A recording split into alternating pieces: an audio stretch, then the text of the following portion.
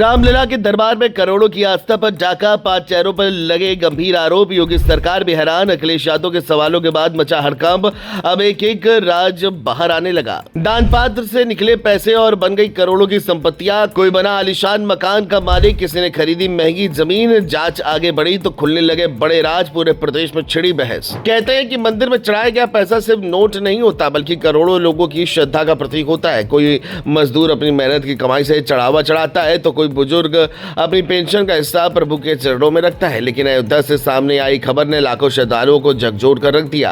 आरोप है कि रामलला मंदिर के चढ़ावे से जुड़ा एक बड़ा खेल कई महीनों तक चलता रहा और किसी को भनक तक नहीं लगी। यही वजह है कि पूरे प्रदेश में इस मामले की चर्चा हो रही है। सबसे बड़ी बात यह है कि जैसे जैसे जांच आगे बढ़ रही है, वैसे वैसे नए खुलासे सामने आ रहे हैं और सवाल भी बढ़ते जा रहे हैं। पूरे मामले में जिन 5 लोगों के नाम सबसे ज्यादा चर्चा में हैं, उनमें लवकुश मिश्रा, अनुकल्प मिश्रा, रामशंकर यादव उर्फ टिन्नू यादव, अवनीश और करुण शामिल बताए जा रहे हैं। जांच एजेंसियों के मुताबिक इन लोगों की संपत्तियों और आर्थिक गतिविधियों को लेकर कई सवाल उठे हैं। आरोप है कि कमाई के बावजूद इनके पास बड़ी मात्रा में नकदी, जमीन और दूसरी संपत्तियां मिली हैं। सबसे ज्यादा चर्चा लवकुश मिश्रा को लेकर हुई है, जहां जांच के दौरान नकदी बरामद होने की बात सामने आई है। वही अनुकल्प मिश्रा की संपत्तियों को लेकर भी लगातार सवाल उठ रहे हैं। इस तरह टिन्नू यादव का नाम सामने आने के बाद पूरे मामले ने और ज्यादा राजनीतिक रंग पकड़ लिया है। यही वो मोड़ था जहां से राजनीति भी तेज हो गई है। सपा प्रमुख अखिलेश यादव लगातार इस मामले को उठाते रहे। उन्होंने सोशल मीडिया और सार्वजनिक मंचों से सवाल पूछे कि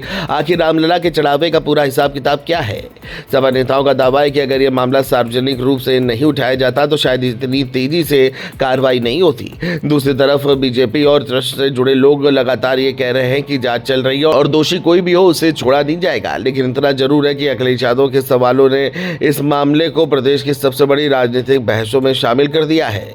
उधर मुख्यमंत्री योगी आदित्यनाथ भी इस पूरे मामले को लेकर बेहद गंभीर बताए जा रहे हैं। सरकार की तरफ से जांच को तेजी देने के निर्देश दिए गए हैं। एसआईटी लगातार पूछताछ कर रही है और कई लोगों से जानकारी जुटाई जा रही है। दावा किया जा रहा है कि शुरुआती जांच में कई ऐसे तथ्य सामने आए हैं जिनकी गहराई से पड़ताल की जा रही है। सरकार का संदेश साफ है कि आस्था से जुड़े किसी भी मामले में लापरवाही बर्दाश्त नहीं की जाएगी। यही कारण है कि जांच एजेंसियां लगातार कार्रवाई कर रही हैं और कई संदिग्ध लोगों को रडार पर रखा गया है। लेकिन सबसे बड़ा सवाल अभी भी वही है कि आखिर इतने लंबे समय तक ये सब कैसे चलता आ रहा।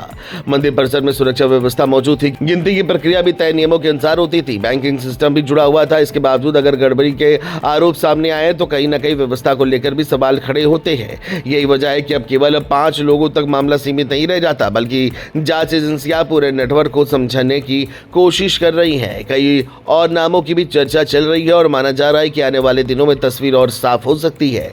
फिलहाल रामलला चढ़ावा मामला सिर्फ एक राज नहीं, बल्कि आस्था, राजनीति और जवाबदेही का बड़ा मुद्दा बन चुका है। एक तरफ योगी सरकार दोषियों पर पहुंचने का दावा कर रही है तो दूसरी तरफ विपक्ष इसे अपनी राजनीतिक जीत बता रहा है। अखिलेश यादव लगातार हमलावर है और सरकार पर जवाब देने का दबाव बना रहे हैं। वही श्रद्धालुओं की मांग सिर्फ इतनी है कि जो भी दोषी हो उसके खिलाफ सख्त कार्रवाई हो और रामलला के नाम पर चढ़ाए गए एक एक रुपए का पूरा हिसाब सामने आए। अब सबकी नजर एसआईटी की अगली रिपोर्ट और आने वाली कार्रवाई पर टिकी हुई है, क्योंकि असली कहानियां भी पूरी तरह सामने आना बाकी है।